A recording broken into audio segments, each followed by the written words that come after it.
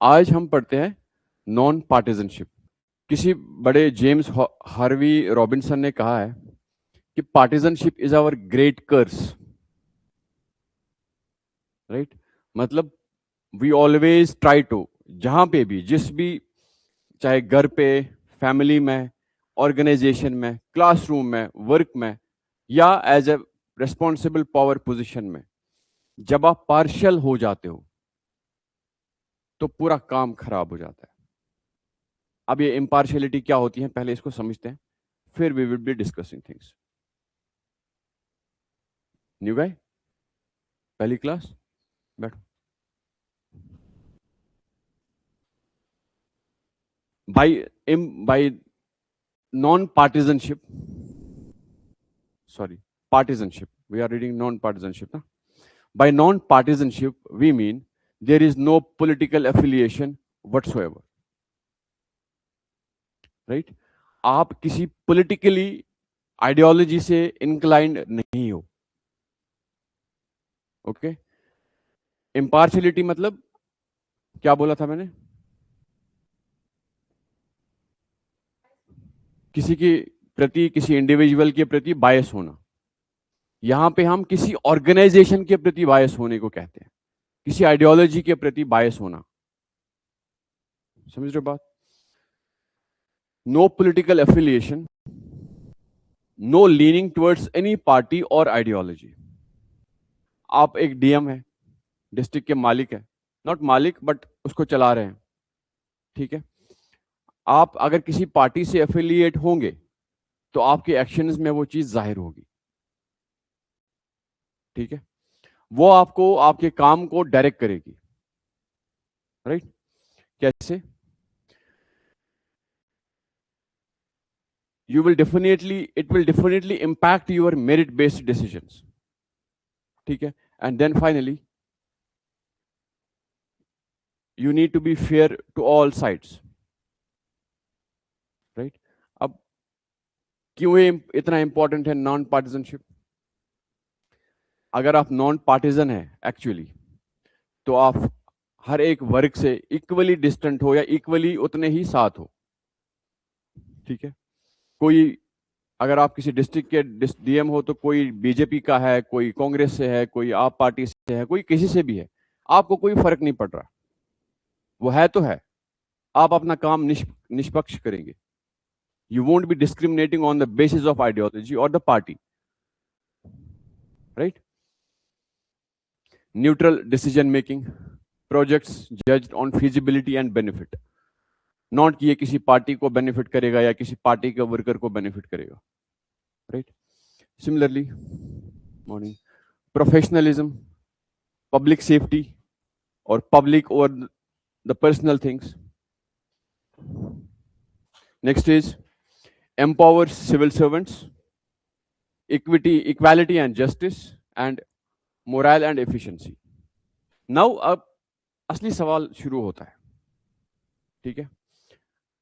हमको public trust अगर gain करना है तो हमको निष्पक्ष होना जरूरी है, right? Well, that is impartiality. आप किसी इंडिविजुअल को ज्यादा फेवर या डिसफेवर नहीं करते हो, दोनों को इक्वली, समानता से ट्रीट करते हो, ठीक है? बट जब नॉन पार्टिजनशिप का मामला आता है, नॉन पार्टिजनशिप आपके माइंड का एक वैल्यू है। आप किसी पार्टी से एफिलिएट हो या नहीं हो, आपका उस पार्टी का रिलेशन मतलब back end. You getting my point? Impartiality जब आप एक्शन करते हो, दो आदमियों के बीच डिस्क्रिमिनेट करते हो। You getting my point? मान लो आप यहां खड़े हो, इधर, यू आर हियर, ठीक है? आपका एक्शन यहां पब्लिक है, यहां पार्टी है। आप किसी पार्टी से अगर अलाइन होंगे तो वो आपका माइंडसेट वैसा होगा, आपका एटीट्यूड वैसा होगा, ठीक है? आपका एक्शन जब दोनों इंडिविजुअल्स में डिस्क्रिमिनेट करेगा तो दैट इज आप पार्शियल हो, आप में इंपार्शियलिटी नहीं है, ठीक है? तो दैट मीन्स कि ये जो नॉन नॉन पार्टिजनशिप होता है वो इधर आता है, बैक एंड पे। आप किसी पार्टी से एफिलिएट नहीं हो, ठीक है। Impartiality comes here in the action with respect to public, ठीक है। अब हम इनको अलग अलग क्यों पढ़ते हैं, ठीक है। हर एक टर्म अलग अलग है, मैंने पहले दिन भी बताया था। हर एक टर्म की जो वैल्यू या मीनिंग है, सटल डिफरेंस है, उसको समझना बहुत जरूरी है, ठीक है। अब इम्पार्शियलिटी, नॉन पार्टिजनशिप, न्यूट्रलिटी, ये तीनों के अलग अलग वैल्यूज है, अलग अलग मीनिंग्स है, ठीक है। इम्पार्शियलिटी मतलब मैं किसी इंडिविजुअल को डिफरेंस नहीं कर रहा हूं किसी भी तरीके से। आप बड़े हो, आप छोटे हो, मैं बड़े को ज्यादा इज्जत दे दूंगा, ऐसे नहीं होगा। तो मैं पार्शियल हो गया आपके प्रति। Getting my point? It has nothing to do with the political affiliation. You getting my point? अब अगर मैं नॉन पार्टिजन वाकई में हूं तो मैं किसी पार्टी से एफिलिएट नहीं हूं। You getting my point? तो impartiality and non-partisanship, impartiality is when it comes to actions, non-partisanship is when it comes to my political leaning or ideology. Getting my point? Now examples. Non-partisanship के. TN Seshan was very non-partisan chief election commissioner. वो किसी political ideology से, political party से link या affiliate नहीं था. He brought in certain electoral reforms जो आज तक हम जिनको follow कर रहे हैं. Right? Now, the present election commissioner, जिन पे काफी सारे इल्जाम हैं, can we say that guy is a non-partisan? No. Right? Then K.R. Narayanan declined the politically driven dismissal recommendation. He was a president. K.R. Narayanan. ठीक है? How it is ensured? Again, you follow the rules. Right? Central Civil Service Conduct Rules, All India Service Conduct Rules. We have got Code of Ethics, First Ethical Framework for Public Servants, 1967. 1997, sorry. अगर आप इन ethics के code को, rules को follow करते हैं, आप किसी party से कोई लेना देना नहीं रखते। कोई भी आपको पार्टी के हिसाब से दो इंडिविजुअल्स में फर्क करने को कहेगा या पार्टी का हिसाब से उस पार्टी के आइडियोलॉजी के मुताबिक काम करना रहेगा, you won't do that, you will follow the rules only. Right? So here non-partisanship is an attitude. It's in your mind, right? और impartiality is a behavior. आप दो लोगों में फर्क करते हैं, दो इंडिविजुअल्स में फर्क करते हैं। Then here, relationship, civil servants and political executives, parties, ideologies. यहां पे civil servants and public. ठीक है? Then it's a narrower concept, सिर्फ पॉलिटिकल आइडियोलॉजी और पॉलिटिकल पार्टीज के प्रति। ये एक ब्रॉडर कॉन्सेप्ट है। यहां पे आप किसी भी चीज पे डिस्क्रिमिनेट करते हो तो you are partial, not just political ideologies, religion, region, language, कोई सा भी। तो ये एक ब्रॉडर कॉन्सेप्ट है, ये थोड़ा नैरोअर है। ठीक है? Election commission example, equal media coverage to all candidates, that's impartiality. ठीक है? Not campaigning for any party, that is non-partisanship. Getting my point? ठीक है? Next thing, that is neutrality. So before we discuss neutrality, let me give you guys a food for thought. Okay? Nazi army, Hitler की जो फौज थी, उन्होंने करोड़ों लोगों को मार दिया, millions of Jews were killed. ठीक है? अब गोली हिटलर ने खुद नहीं चलाई, हिटलर ने गोली खुद नहीं चलाई, उसके सैनिकों ने गोलियां चलाई। पर्टिकुलरली एक विंग था जिसका नाम था एसएस, सुना होगा ना? एसएस के लोग थे, दे हैड सोल, जो उनका काम था कि ज्यूज को साफ कर दो, kill them, and they did that. जो सोल्जर था जिसने गोली चलाई, उसको तो ऑर्डर मिल रहा था, उसने तो सिर्फ अपना ऑर्डर फॉलो किया, राइट? क्या ये चीज सही है? जब नरमबर्ग ट्रायल्स हो गए, उन सोल्जर्स का एक ही डिफेंस था कि भाई we were just following orders, we had no nothing, no grudge against Jews at all, all we were doing is executing those orders. अब आप लोगों के लिए सवाल है, तो इमेजिन आप उस सिचुएशन में हैं, आपके पास ऑर्डर आया, गोली चलाओ सीजेपी के प्रोटेस्ट में, 100 लोगों को मार दो, क्या कर लोगे आप? Each one will give his और हर रीजन, जस्ट वन रीजन, और मुझे बताएगा कि क्या करेगा वो। I start with you. आप यहां नहीं हो अभी, आप इधर पहले वापस आ जाओ। You will quit what? Your job? Well that is not something you are suppose to anyway. नहीं चलाओगी? हाँ जी।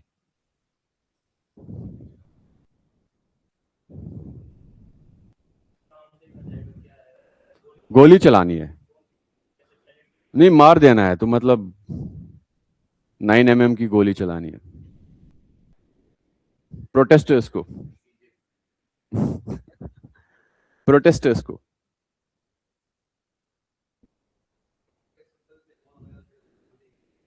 सॉरी, गलत सही छोड़ दो, आपको ऑर्डर आया ऊपर से, यू डोंट नो, उन्होंने प्रोटेस्टर्स वायलेंट हो गए, वो आप पे पत्थर मार रहे हैं, सरकार पे, बिल्डिंग्स पे हमला कर रहे हैं, आपको ऑर्डर आया कि उड़ा दो, उड़ा दोगे? नहीं, इस पीछे उड़ा दोगे, ठीक है।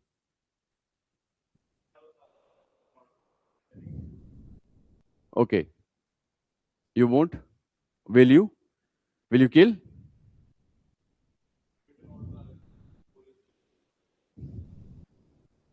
क्या मार दोगे? तो ऐसा बोल दो ना, ऐसे क्या होता है?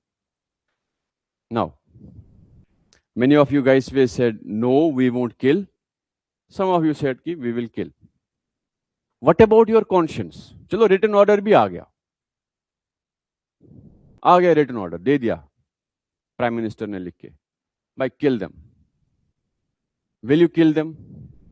Now out of 100, like if you kill 200 people, may be 500 people, गोली देख के थोड़ी ना मरती है कि ये he was the guy who is involve, और ये ना बेकसूर है, यही इसने गलती की, तो इसको इसको नहीं, इसको मार देती हूँ। गोली देखती नहीं है ना, इट जस्ट किल्स।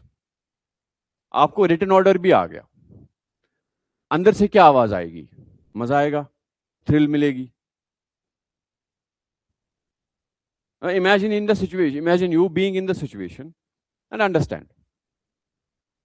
अभी आप बहुत न्यूट्रल होके बात कर रहे हो ना, मतलब बाहर से सिचुएशन के, just imagine you are in the situation, written order भी आ गया, and now you see there are 10-year-old kids, 13-year-old kids, 16-year-old kids vandalizing the properties, and you're killing them. अंदर से क्या आवाज आएगी?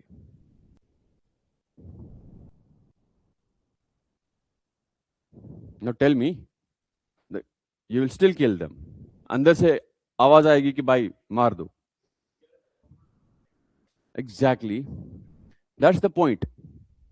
अगर ये बात सही है तो हिटलर के फौजियों को फांसी पे क्यों चढ़ाया गया? उनकी क्या गलती थी? वटेवर, दुनिया ने वो ट्रायल देखी ना, हम आज भी उन ट्रायल्स को याद करते हैं। हम कहते हैं ना कि हिटलर की फौज बहुत खतरनाक थी, they killed millions of people. नाम लेना भी गलत बात है। चलो हम इंडिया में हैं, आप यूरोप जाओ, you can not even name, take name of that ideology और name of the person itself, है ना? एंटीसेमिटिक आपके चार्जेस लगेंगे। नाउ द पॉइंट इज, उन सोल्जर्स की क्या गलती थी फिर? अगर आपके हिसाब से, चलो यू आर सेइंग कि उनको ऑर्डर्स थे, दे वर हैविंग ऑर्डर्स, तो उसको फांसी क्यों चढ़ाया गया?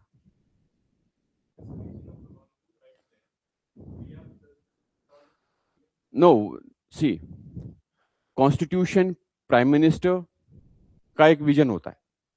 दे are the political, they have all the political ambitions to rule any political party. एक ही काम है ना, सरकार में आना, पावर में आना. ठीक है, वो नहीं चाहते हैं कि हम रिजाइन करें, हम पावर में डटे रहें, बैठे रहें. They don't want to resign. And for that you are being made the tool to make sure that they sit in the power, they sit on that chair. Will you be again, will you execute the orders? Okay, now my point is there are two ways to look at it. ठीक है, then अगर ऐसा है, अगर आप completely neutral है, nothing to do with them, भाई मेरे को order आया, I am killing them, no conscience at all, that means I am not having any sort of conscience which is directing my actions. Rather, I am following a written order and I am just executing my action. That also means any action done by the ground troops, they are immune, they must not be held responsible for what they do. Again, कल को आपको फिर से return order आएगा, 4 लोगों को उठा के लाओ and kill them in fake encounter. I am giving a written order. You will still do that since you have got a written order, right?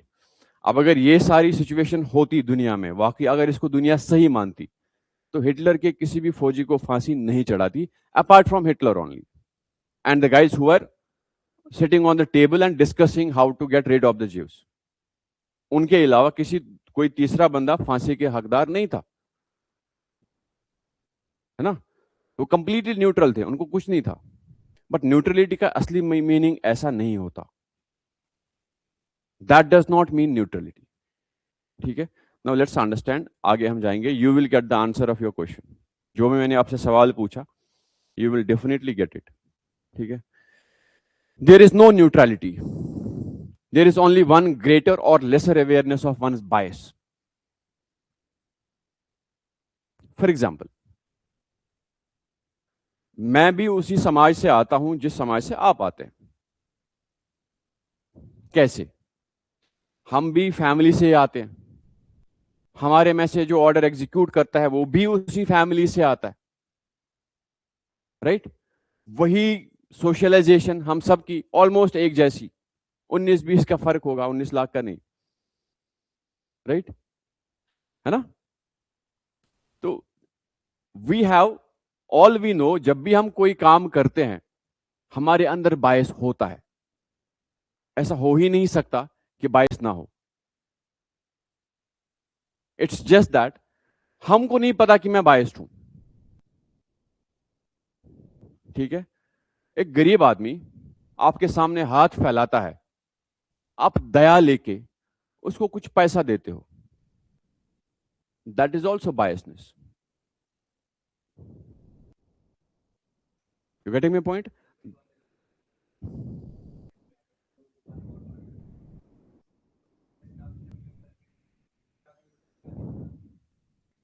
That's my point. That is my point. आपके अंदर अगर आप किसी गरीब को 10 रुपए देते हो क्योंकि उसने आपके सामने हाथ फैलाया, you are also being biased, but you don't know कि मैं बायस्ड हूं. ठीक है, इमेजिन यू बीइंग ए जज इन ए सिचुएशन जहां आप रिक्यूज नहीं कर सकते. आपके सामने एक फैमिली का एक बंदा है जिसपे केस है. ठीक है, तो you trying to be neutral, but again you will stick to the rule, right? But जैसे ही आपको मौका मिलेगा उसको छुड़ाने का, वह rule, you will let him go. ठीक है, you have still followed the rule, you will not be held responsible, but you were still not neutral as well. Getting my point? A teacher in class, अगर मैं as a teacher किसी भी बच्चे को ये बोल दूं जो बाकी बच्चों को मैं नहीं बोलता हूं, मैं ऐसा गलती तो नहीं किया, but I am still not being neutral.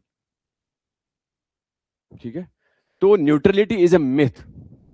Gunnar Myrdal करके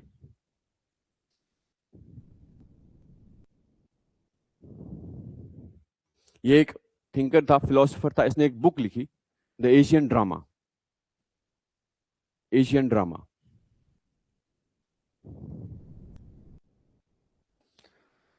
इन्होंने कहा था न्यूट्रलिटी इज अ मिथ, हो ही नहीं सकता। You being quite objective is a myth, not possible at all.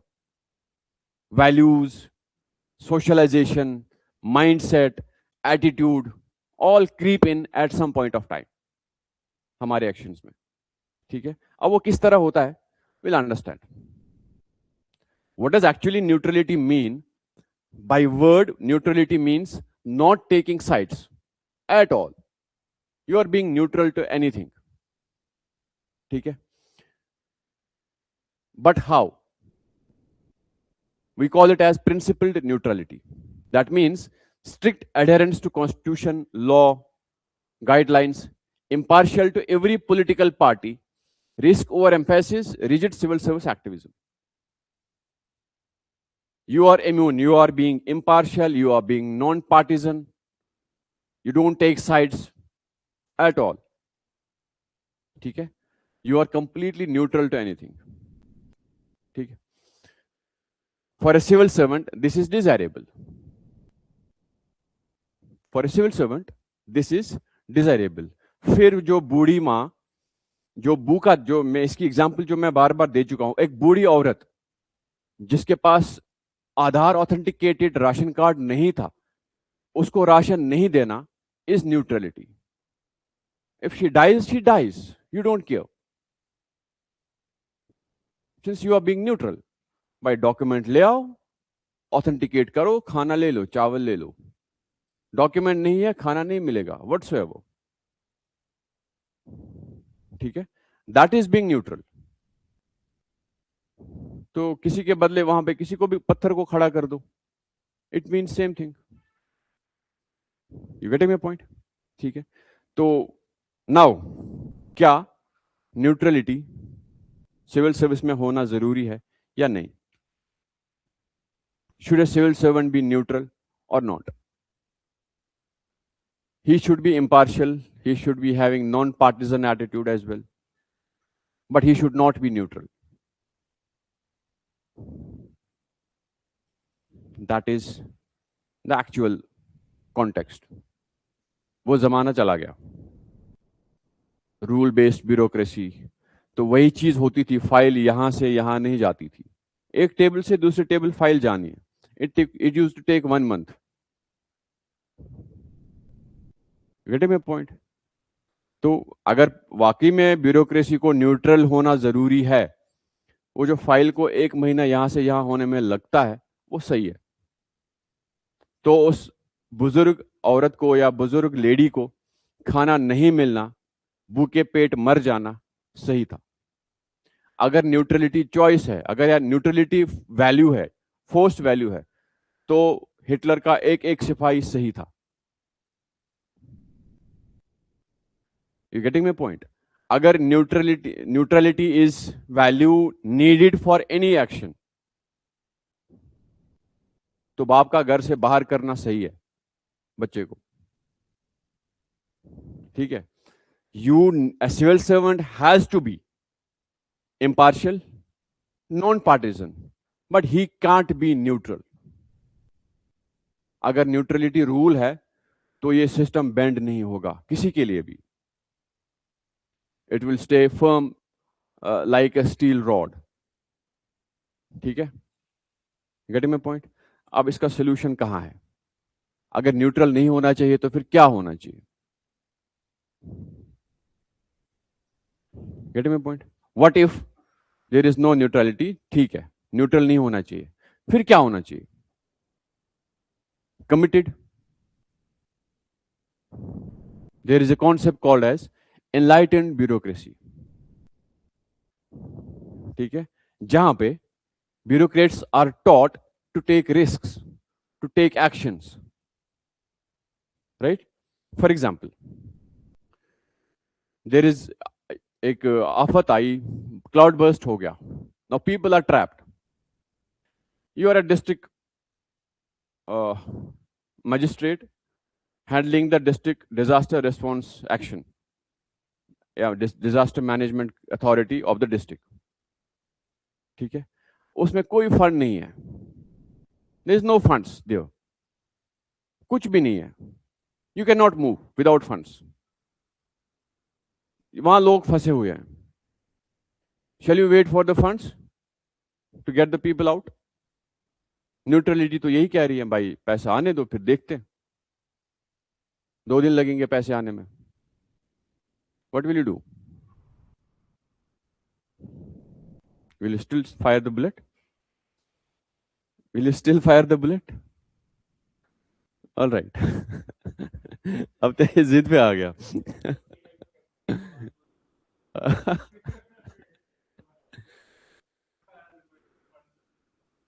Exactly, it will take 2 days. Yes, 2 days is the soonest. You have to wait for 2 days. अंदर आत्मा जो आपको सवाल करेगी ना,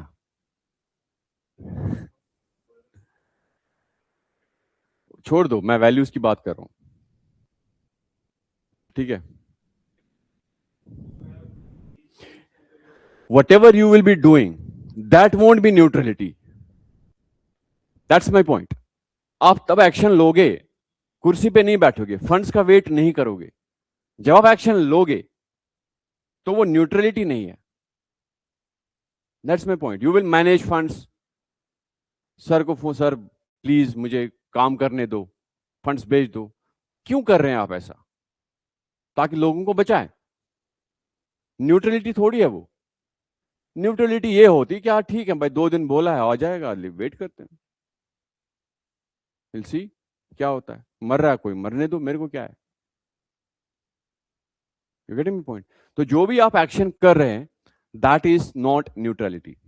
that is why I am saying neutrality is not possible, ठीक है? आप भी जब किसी भी कोई भी एक्शन करते हो ना, उसमें कहीं ना कहीं पार्शियलिटी होती है, कहीं ना कहीं जो वैल्यूज आप बिलीव करते हो वो वैल्यूज आ जाते हैं। You getting my point? तो neutrality is a myth actually. In research, जब आप साइंस के रिसर्च करते हो या सोशियोलॉजिकल या एंथ्रोपोलॉजिकल रिसर्च में चले जाते हो, बेसिक चीज जो जिस पे फोकस किया जाता है कि आपके वैल्यूज, अगर आप किसी समाज को समझ रहे हो, किसी ट्राइबल ग्रुप को समझ रहे हो, आपके वैल्यूज उस रिसर्च को इम्प्योर ना करें तो वो रिसर्च किसी काम का नहीं है। आप बैठ के लिख रहे हो, ये लोग सुबह बैठते हैं ना, सुबह उठते हैं 6 बजे, आपने लिखा 6 बजे उठते हैं, फिर वो कोई ऐसा इमोरल एक्ट करते हैं, आप नहीं चाहते हो कि मैं ये लिखूं,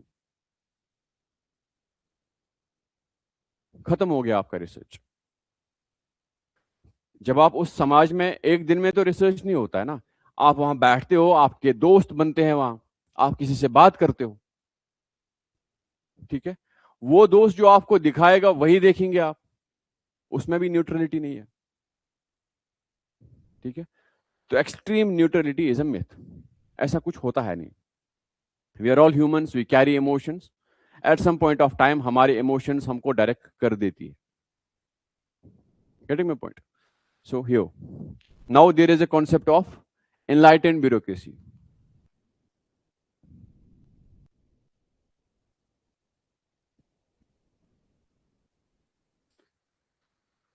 सरकारी कामों को हर कोई गाली देता है ना कि यहाँ वक्त लगता है, हॉस्पिटल में कोई पेशेंट, ही इज बड़ा ही क्रिटिकल पेशेंट है, आधा घंटा बाद अगर ये आधा घंटा अगर ये ऐसा रहा तो he will die, doctor is treating another patient, first come first serve, line से बैठा है, मैं चाहता हूं कि वो उसको छोड़ के पहले इस पे आ जाए, इसकी जान बच जाए।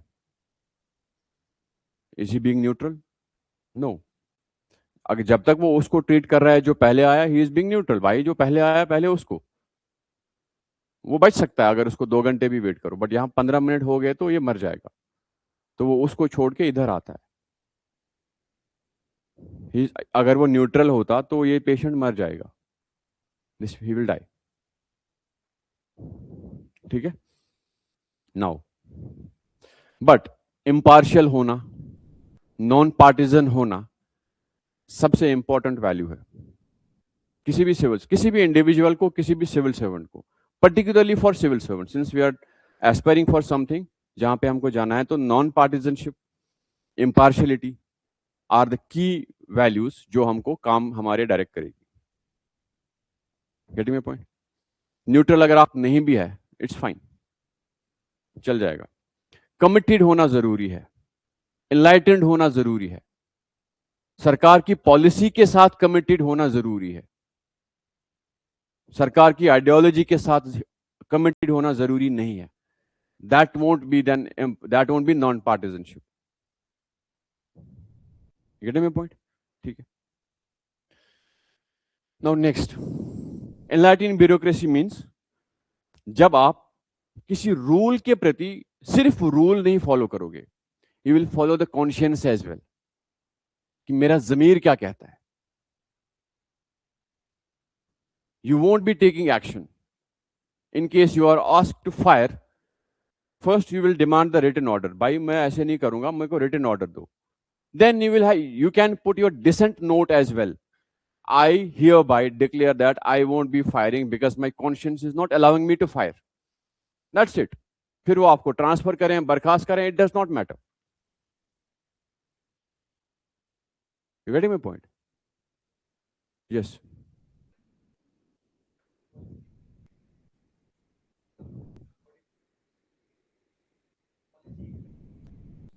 अगर उसका पब्लिक इंटरेस्ट नहीं है, you are suppose to put a dissent note there.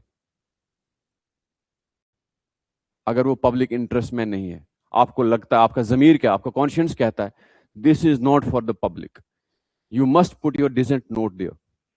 Now I will tell you an example. ठीक है. In election commissioner's office there are 2 more election commissioners. One is chief election commission and there are 2 more election commissioners. कुल मिला के 3 लोग होते हैं. Chief election commissioner is first among equals, but power के मुताबिक सारे सेम है. दोनों इलेक्शन कमिश्नर्स और चीफ इलेक्शन कमिश्नर का पावर ऑलमोस्ट एक जैसा होता है. Getting my point? Now Ashok Lavasa was one of the election commissioners previously. जब SIR डिस्कस हो रहा था, उससे पहले भी कुछ चीजें डिस्कस हो रही थी, he put a dissent note कि I am not in favor of this particular policy. He was then transferred, but he had highlighted his conscience over there. मैं नहीं करने वाला भाई. काम तब भी हो गया, but still he put a dissent note. वो डिसेंट नोट सदियों तक रहेगा उधर ही फाइल में. तो उसने अपना कॉन्शियंस अंदर से निकाल के टेबल पे रख दिया कि भाई this is what is directing me, मुझे नहीं लगता ये पब्लिक के हित में है, तो I am putting my dissent note. 7 जजेस बैठते हैं, कॉन्स्टिट्यूशन बेंच बैठता है या फुल बेंच बैठता है. फुल बेंच में 7 जजेस बैठते हैं, कोई फैसला सुनाना है. हर कोई अपना जमीर, लॉ, हर एक चीज के प्रति लॉ तो नहीं होता, हर एक एस्पेक्ट लाइफ का लॉ के हिसाब से कवर नहीं हुआ है. There are some loopholes, है ना. जजेस कैसे एक्ट करते हैं? हाउ डू जजेस वर्क? जिंदगी के हर एस्पेक्ट में कोई भी मामला कोर्ट जा सकता है. This you understand? जा सकता है कोई भी मामला. कत्ल के इल्जाम में देयर इज ए लॉ, चोरी के इल्जाम में there is a law. There are some aspects जहां पे लॉ नहीं है. ठीक है. नाउ अब जज है, पता है कि यार सारी चीजों को तो ठीक है, 7 जज बैठे, बट कुछ कॉन्टेक्स्ट जो है लॉ के हिसाब से नहीं है, जहां लॉ ही नहीं है, तो वहां मैं क्या करूं? They put their conscience in action. ठीक है. एंड वट एवर अदर जज राइट्स ही राइट्स. कोई सरकार के प्रति फैसले सुनाता है, कोई अपना डिसेंट नोट लिख देता है. और लोग दुनिया में डिसेंट नोट को याद रखते हैं, नॉट द फैसला इटसेल्फ. ठीक है. तो एनलाइटेंड ब्यूरोक्रेसी का मतलब, जो बुजुर्ग औरत आएगी, आप उसको चावल दोगे, you won't let her go, you won't let her die, you will put a note.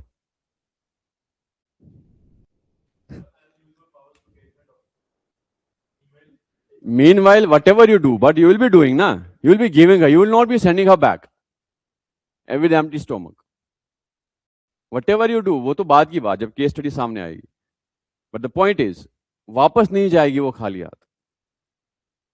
आप चेयर से उठ के कुछ भी करोगे, फोन मिलाओगे, ये करोगे, भाई इसके डॉक्यूमेंट बना दो 2 मिनट में, जब तक मैं इसको खाना दे रहा हूं, बट दोगे जरूर। That is what enlightenment is. क्यों? अंदर से कॉन्शियस की आवाज, जमीर की आवाज है कि ये खाली जाएगी तो ये मर जाएगी। That is my point. That is what is enlightened bureaucracy. इसीलिए सरकार चाहती है कि ब्यूरोक्रेट्स एक्शन ले ले। पहले क्या होता था, ब्यूरोक्रेट एक्शन नहीं लेता था तो काम स्टॉल करके प्रोजेक्ट का कॉस्ट बढ़ गया, सब कुछ होता, सब कुछ प्रॉब्लम्स आती थी। रेड टेप जिसको कहते थे। रेड टेपिज्म क्या था कि भाई रूल अभी नहीं है, जब रूल बनेगा देखी जाएगी, अभी रख दो, मैं बाकी लोगों से डिस्कस करता हूं। मैं अपने सर पे क्यों लूं? मैं अपने हाथ काट के साइन करके क्यों दूं? That is the point. तो उससे क्या हुआ? तरक्की हो गई, लोगों का ट्रस्ट टूट गया सरकार पे, राइट। अब सरकार ये चाहती है ब्यूरोक्रेट एक्शन ले ले। इसीलिए 7 दिन, 6 दिन, 5 दिन का टाइम लिमिट है किसी भी सर्टिफिकेट में ना। जो ऑनलाइन सर्टिफिकेट्स है, कितने दिन का टाइम होता है इनकम सर्टिफिकेट के लिए? 1 हफ्ता। विद इन अ वीक आपको सर्टिफिकेट मिल जाएगा। सरकार को ये क्यों करना पड़ा? खत्म हो जाए। अब इमेजिन आप एक बिजनेसमैन हो, आप कोई सेटअप खोलना चाहते हो, आप दे रहे हो बिजली विभाग में परमिशन, एनवायरनमेंट विभाग में परमिशन, कंस्ट्रक्शन डिपार्टमेंट में परमिशन, तो पूरा साल परमिशन, 2-2 साल, 3-3 साल परमिशन में ही लग जाते थे। कोई वो रिस्क लेना ही नहीं चाहता था कि मैं क्यों दूं भाई, कल को कुछ हो गया तो मेरे सर पे आएगा। अब सरकार चाहती है कि आप एज ए ब्यूरोक्रेट्स एक्शन लो। जहां पे कानून की कमी लगेगी आपको, सिविल सर्विस रूल्स, कॉन्स्टिट्यूशन, ये तो है ही, एट द लास्ट जब इनमें से कोई भी रूल वहां फिट नहीं बैठता है, you work according to your conscience. मेरा जमीर क्या कहता है? If you carry the value system, right value system, your action will be guided by justice, equality. इन वैल्यूज के थ्रू ही वो डायरेक्ट करेगी। Getting my point? Neutrality, two ways to read the same term. ना principle neutrality चाहती है कि आप भले ही रूल के हिसाब से ही चलो, ठीक है। Obedient neutrality means act solely on the orders of political leaders.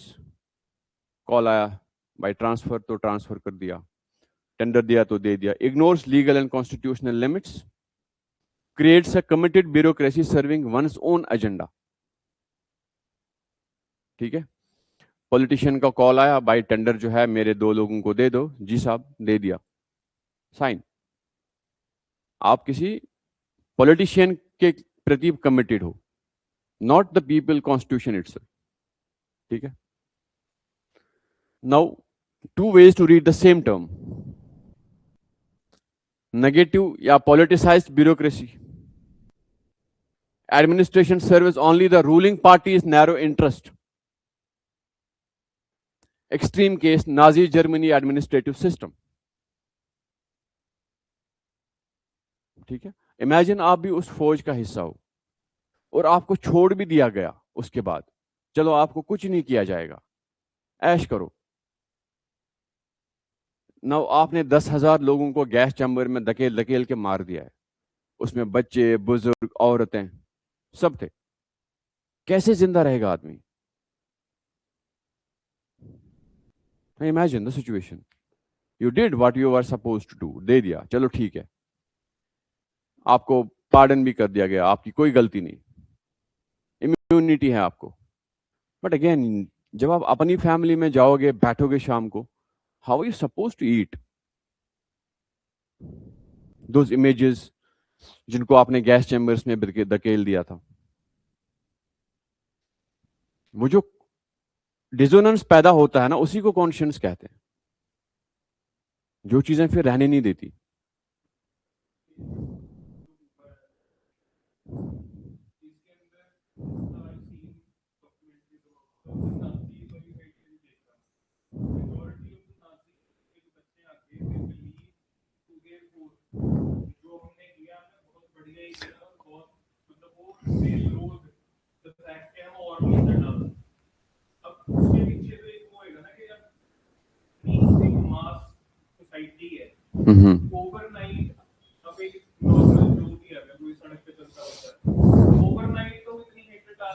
मैं वही तो कह रहा हूं, देखो ऐसे हेट किलिंग्स ऐसे नहीं होती, जो भी हो रहा है, the point is not what जीव्स did, ठीक है, कोई गलत भी करे तो मतलब क्या गैस चैम्बर में डाल दोगे? वट एवर दे डिड, बच्चे ने 8 साल के बच्चे ने तो नहीं किया, एक लेडी जो घर पे थी उसने तो कुछ नहीं किया, जिसने भी किया किया अपने मोटिव्स के हिसाब से। मेरा पॉइंट ये है, जब भी कोई ऐसा चीज आता है तो उसके लिए पहले एक प्रोपेगेंडा शुरू होता है, एक माहौल पैदा किया जाता है ना, बिफोर कमिटिंग एनी एक्ट हम उसके लिए पहले माहौल बनाते हैं कि ये बंदा इसने ऐसा किया, ये लोग ऐसे हैं, as it is happening around. तो जब माहौल बन गया, then it becomes easy for you to control your conscience and dissonance. यार सब तो सही कह रहे हैं, मैं भी सही कर रहा हूं। It is just it's a tool to control that dissonance and conscience within. Propaganda क्या होता है? What is propaganda? Now that is the point. Why is a lie being made to understand it being a truthful thing? To control that conscience या desires inside. यार मैं गलत कर रहा हूं, नहीं सब लोग सही कर रहे हैं, मैं भी कर रहा हूं। That is, it's a tool to control that desire or the dissonance inside of us. सरकार जब आती है, सबसे पहले चाहती क्या है? अगर कोई सरकार ये चाहती हो कि मेरे खिलाफ कोई बंदा बात ना करे, उसके लिए सबसे पहला टूल है media. You control the media. हमारे यहां मीडिया, कोई एक ऐसा मीडिया आउटलेट है जो सरकार के खिलाफ है या सरकार को सवाल करता है? कोई वटेवर, अब तो नहीं है, वो गया जमाना। कोई एक ऐसा मीडिया आउटलेट है इस टाइम पे जो सरकार, जो न्यूट्रल होकर सरकार को सवाल करता है? छोड़ो सोशल मीडिया, मैं मेन स्ट्रीम मीडिया की बात करता हूं, वो छोड़ दो, इंडियन न्यूज में इंडियन मीडिया आउटलेट की बात करता हूं। Is there anybody? You won't find anybody. BBC को इसलिए कंट्रोल नहीं किया जाता क्योंकि बीबीसी फॉरेन न्यूज आउटलेट है। वो छोड़ दो आप, that is, see whatever you are being told is to discredit somebody. Now how is somebody trying to be neutral in a case, in one case, and बाकी सब लोगों को तुमने अपने वश में कर दिया, अपने साथ कर दिया, एक को तुम डिस्क्रेडिट करते हो? इसकी तो फंडिंग टेररिस्ट से आती है। How am I suppose to know believe that thing कि भाई ये झूठा है क्योंकि इसको मैं कंट्रोल नहीं कर सकता।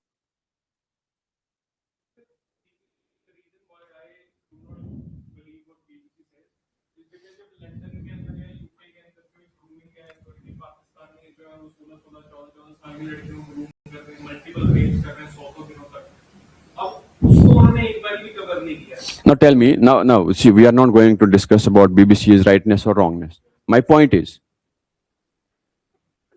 लव जिहाद होता है,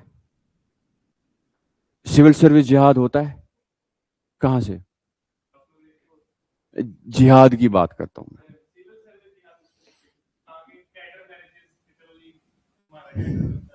अरे नहीं, या मतलब बिफोर, जैसे एक टीवी चैनल था कि मुस्लिम्स जो है सिविल सर्विस जिहाद कर रहे हैं, ऐसा भी तो आया था कॉन्सेप्ट, अगर आपने सुना होगा। एक टाइम पे चला, क्या ये बिलीव करने वाली चीज है? नहीं है ना। तो कोई भी नॉनसेंसिकल आइडिया को परकुलेट करने के लिए पहले हमारे माइंड को चेंज किया जाता है, ठीक है, across the board, right? Then we start believing what they say. I am not making you guys anti of anybody, but I am trying to speak the truth. The fact is, किसी भी काम को सही करने के लिए Hitler ने पहले प्रोपागेंडा चलाया। उसने सालों, he was very fine orator. उसके जज्बाती वो जलसे जहां पे वो बात करता था, मैं जर्मनी को पता नहीं क्या क्या कर लूंगा, फिर जर्मनी का क्या हाल हुआ। और उसके प्रति मतलब हेल हिटलर, ऑल दोज जो भी नारे थे, वो तो मेन स्ट्रीम में अगर कोई नारा नहीं देता था उसको जेल भेजते थे। उसके पैरेलल्स आप दुनिया में देखोगे, मुझे उस बात उधर जाना नहीं है। माई पॉइंट इज कि एवरी प्रोपागेंडा देयर, इसका एक ही मकसद होता है, हमारे अंदर जो डिजोनेंस है, हमारे अंदर जो कॉन्शियंस है, उसको दबाना। नो समबडी, किसी के घर पे कोई नॉनवेज खा भी रहा है, तो जो उसको मार रहा है, if he is being killed, उसके अंदर कॉन्शियंस खत्म हो चुका है। किसी के नॉनवेज खाने पे अगर उसको मार दिया जाए बाय द मॉब इटसेल्फ, तो मतलब ये तो एक प्रोपागेंडा ने उनका क्लियर किया हुआ है ना माइंड, जहां पे उनका कॉन्शियंस खत्म है। This goes for vice versa. कोई टेररिस्ट जो एक अपने को उड़ाता ही है, उसका क्यों वो ब्रेन वॉश क्यों किया जाता है उसको, ताकि उसके अंदर की जो आवाज है वो हमेशा के लिए खत्म हो जाए, उसको वो लास्ट मोमेंट पे वापस ना आ जाए। वो imagine you are sending a guy, इतना ब्रेन वॉश किया हुआ है, उसको पता है कि अगले 10 मिनट के बाद आई वोंट बी अलाइव, मेरे पीसीज होंगे कहीं पे, वो वापस नहीं आता, सोचता ही नहीं है उस डायरेक्शन में वो। That is what propaganda does. It makes you like completely neutral and unaware of the fact कि मुझे कुछ सोचना है या मैं इंडिविजुअल भी हूं। अलग अलग बाग दिखा देते हैं, किसी को कुछ बोलते हैं, कुछ खतरे में, किसी को बोलते हैं जन्नत चले जाओगे, किसी को बोलते हैं कुछ और होगा, but ultimately what happens is the destruction. ठीक है, now that is a different way, like छोड़ दो, आप ज्यादा बातें हो जाएंगी।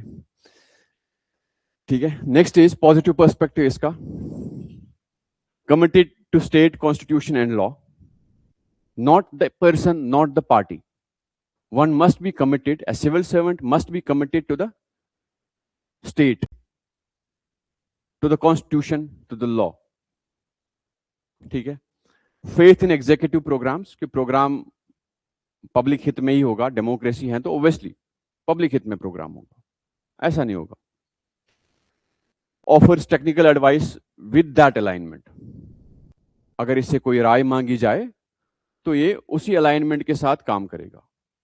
सिविल सर्वेंट्स को राय मांगी जाती है, प्राइम मिनिस्टर के ऑफिस में 10 सिविल सर्वेंट्स है, वो प्राइम मिनिस्टर को कोई राय देते हैं, वो राय का वो जो नेचर है वो आता कहां से है, constitution, national interest, national interest, not the parties interest.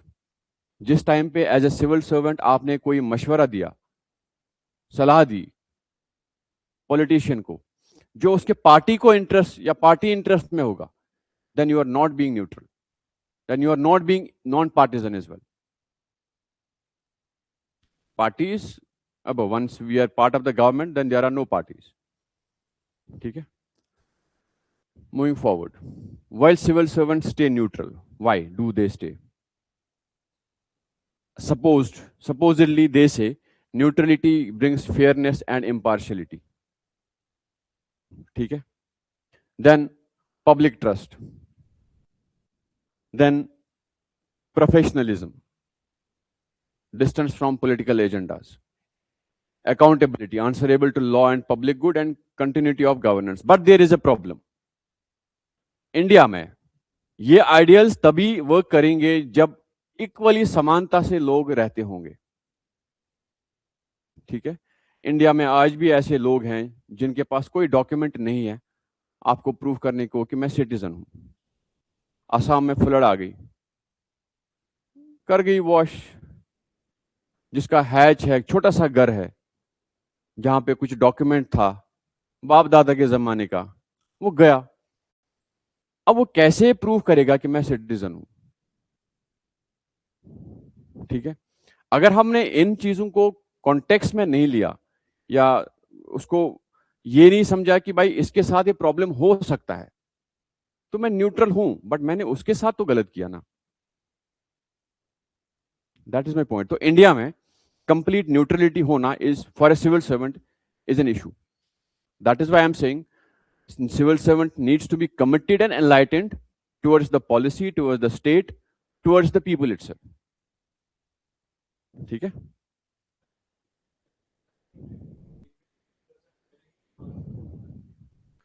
Yes.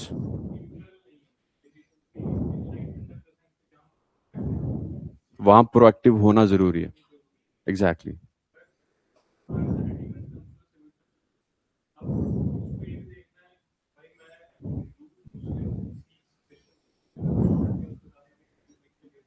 Exactly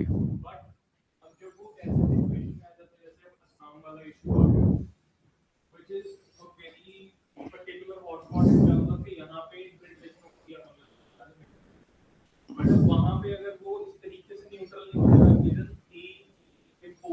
नहीं जो बाकी के जो एक यूनिटी बनी हुई है, क्योंकि अगर ये जो बाहर से एलिमेंट्स आए इसके अंदर हमें नहीं पता क्या है कि कोई नॉर्मल पीस कोई आया होगा, कोई देहाती भी आया होगा, बट फिर वो बाकी के जो मुस्लिम इंडियंस हैं जो जेन्युइनली पेट्रियोटिक है, अब उनके लिए दूसरे रिलीजन के अंदर वो भी डाल देगा क्या what I'm trying to say is कि there are two people before you, for example, सैलाब आई है। Now how do you differ? How do you make that difference कि ये अच्छा है कि ये गलत है, ये बाहर से आया है, ये इंडियन है, ये इंडियन बंगाली है।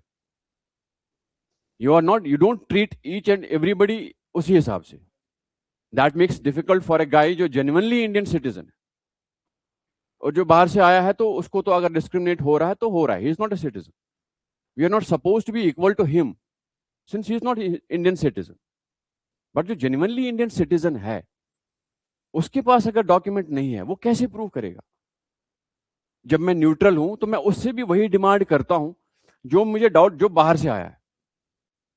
न्यूट्रलिटी तो यही कह रही है ना कि भाई, but if I am being neutral knowing कि भाई कल बाढ़ आई थी, he is not suppose to ना have the documents with him. कैसे होगा? अचानक बंदा रात को सोया है, पानी आ गई, सब बहा के ले गई, मुश्किल से इसकी जान बची, तो I have to wait, I have to give him chance to prove, to be more active, proactive. मैं इसको मदद करूं, चलो कैसे निकाल सकते हैं इसके documents. I am being at the helm of affairs, I know more than the guy knows. किसी के डॉक्यूमेंट ट्रेस करने हैं तो कैसे करने हैं मुझे पता है, इसको नहीं पता, आई विल हेल्प हिम। अब वहां पे साबित हुआ कि इंडियन है तो I will be doing the best. If not then he is not a citizen also. तो अब अगर मैं न्यूट्रल हूं तो मैं इसको कुछ नहीं, भाई तू आ गया कल ले आना, कल लास्ट डेट है, देख लो अपना देख लो। That is being normal neutral bureaucracy. But enlightened bureaucracy में मैं उठूंगा, उसको मदद करने की कोशिश करूंगा कि कहां से, क्योंकि मुझे ज्यादा पता होगा कहां से इसकी सिटीजनशिप ट्रेस हो सकती है, मेरे पास रिकॉर्ड है, मैं प्रोएक्टिवली इसको हेल्प करूंगा। मिला तो ठीक, नहीं मिला तो भाई तू बाहर का। That is being enlightened. You get my point? ठीक। Here. Next is objectivity.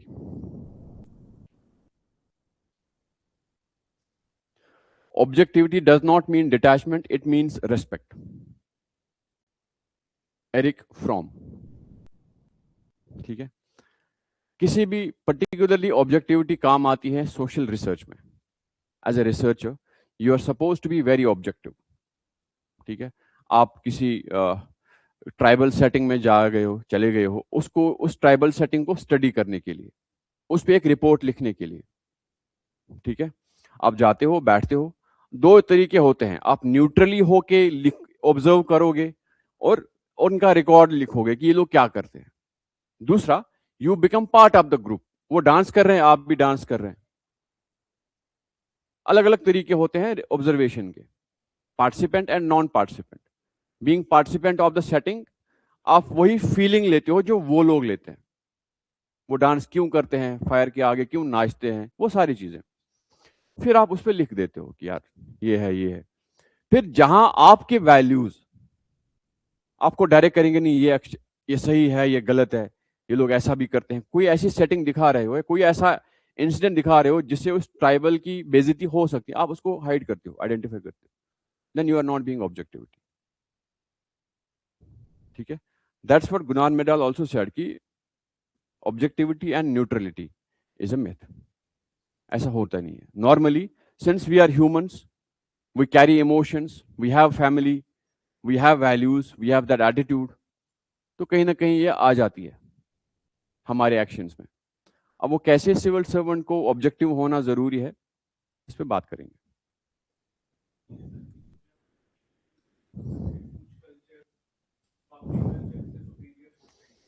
ऐसा कुछ भी नहीं होता, ये कहां से ला रहे हो आप?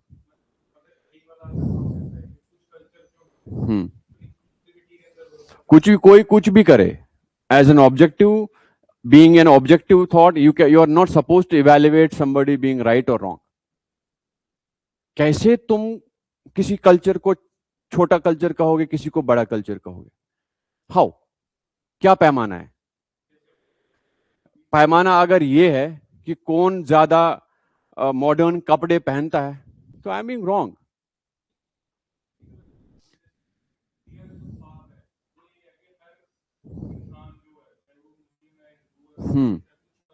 हाँ,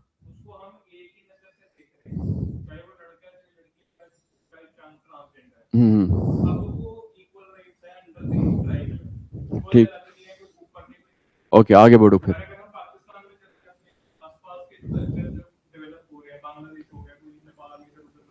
right, now now I'll tell you something. I'll tell you a specific thing about it. ठीक है, अगर मैं न्यूट्रल हूं, ठीक है, I will not evaluate it in perspective of right और रॉन्ग।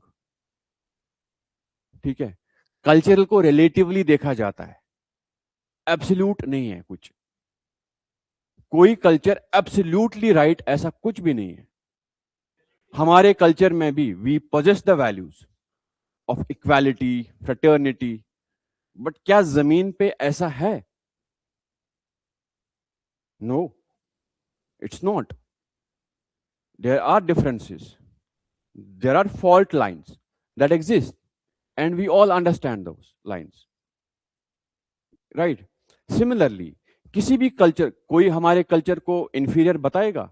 नहीं, कैसे बता सकता है? भले ही there are hundreds of issues, but still कोई ये नहीं बता सकता कि हमारा कल्चर इंफीरियर है। इंडियन कल्चर की बात कर रहा हूं। अब पाकिस्तान छोड़ो, अफगानिस्तान एग्जांपल लेते हैं। Let's not talk about Pakistan. Reasons की कल्चर को छोड़ दो, we have more enmity with them, तो हमारा बायसनेस आ जाता है। इट विल कम नेचुरली, भाई पाकिस्तान है तो भाई छोड़ दो, दफा करो। ठीक है, let's talk about Afghanistan. Afghan culture में हम उसको अपने कल्चर के साथ जब उसको देखते हैं, then that's not the right approach to study culture, since we are evaluating it with our culture. ठीक है, उस कल्चर को उसी सेटिंग में देखना है जहां पे वो एग्जिस्ट करता है। You getting my point? अब वेस्टर्न कल्चर हमारे कल्चर को अपने कल्चर के हिसाब से देख लेते हैं, एंड इवेल्युएटिंग इट राइट और रॉन्ग, इंफीरियर और सुपीरियर, क्योंकि उनके वैल्यूज उनको लगता है बहुत सही है, कि कंप्लीटली हेडोनिज्म पे बिलीव करते हैं, प्लेजर्स पे बिलीव करते हैं, मटीरियलिज्म पे बिलीव करते हैं। हमको ऐसा नहीं करते ना। इंडिया में कितने सारे करोड़पति लोग मॉन्क्स बन गए, छोड़ दिए, त्याग दिया सब कुछ, हमारे कल्चर का हिस्सा, और हमारे कल्चर में उनको रेवर किया जाता है। They are the best people, right? वहां पे ऐसा लोग नहीं करते हैं। दे बिलीव कि जितना हमारे पास पैसा है उतना ही हम चोजन पीपल है गॉड के। तो कल्चर को आप किसी रिलेटिव या किसी के साथ इवेल्युएट करके नहीं समझ सकते। इसीलिए किसी भी कल्चर को अगर ऑब्जेक्टिवली समझना है तो उसको उस सेटिंग में ही समझो जहां पे वो एग्जिस्ट करता है। अब इंडियन कल्चर को अगर हमको समझना है तो इंडिया के पर्सपेक्टिव में ही समझना है। फिर हम जो ये फॉल्ट लाइंस है ना, जो एग्जिस्ट करती है between groups, between societies, between religious groups, between caste groups, तो हमको समझ आएगी भाई 150 करोड़ लोगों का देश है, छोटी छोटी फॉल्ट लाइंस हो सकती है, very much possible, but we are living still together, but we are still living together, that is the beauty of the culture. कोई देश बताओ आसपास में जो इतना सारा पॉपुलेटेड होके इतने डिफरेंट रिलीजन्स एक साथ रहते हैं, नहीं है कोई। This is the beauty of this culture, ठीक है। अब इसको आप वेस्ट से कंपेयर कर ही नहीं सकते, नहीं कर सकते। तो दैट मीन्स कि किसी भी कल्चर को जब हम स्टडी करें, we are not evaluating it with respect to another culture, we are evaluating it just in its own setting. Otherwise that sense of superiority or those values creep in. Since I believe in something, दूसरा उन values पे believe नहीं करता है तो he is inferior. No. Getting my point? इसीलिए किसी भी, चाहे religious group को study करना हो, चाहे cultural group को study करना हो, चाहे caste group को study करना हो, this can't be viewed relatively to each other. It has to be understood in its own perspective, in its own setting actually. बात समझ में आ गई? इसीलिए गुनार मिडाल ने भी कहा था कि ऑब्जेक्टिविटी इज कंप्लीटली मिथ, हो नहीं पाता है, इट्स क्वाइट डिफरेंट। अब प्रोपेगेंडा क्या है? वेस्ट के साथ, यूरोप के साथ, यूरोप के वैल्यूज के साथ जो अलाइन नहीं है वो सारे इंफीरियर है, यही प्रोपेगेंडा है ना, यही तो सिखाया जाता है। Consumerism, hedonism, all these things, why? ये इसीलिए है ना, क्योंकि आपका कल्चर ये बताते हैं कि आपका कल्चर इंफीरियर है, तो you guys have to learn. Getting my point? तो वहां पे जब हम अफगानिस्तान को ऐसा समझेंगे, फॉर एग्जांपल अफगान कल्चर में यार डिस्क्रिमिनेशन है, दफा कर दो, बेकार कल्चर है, बट जब हमारे कल्चर को कोई बाहर वेस्ट का कोई बंदा स्टडी करेगा, वो तो हमको ऐसे ही रिजेक्ट करेगा। You getting my point? So वहां पे हम क्या करेंगे फिर? इसीलिए कुछ भी, किसी भी ग्रुप को अगर स्टडी करना होता है तो it has to be its own natural setting. There are two ways to be set कि ट्राइबल ग्रुप को अगर स्टडी करते हैं तो being participant observer is more beneficial than being a neutral observer. Getting my point?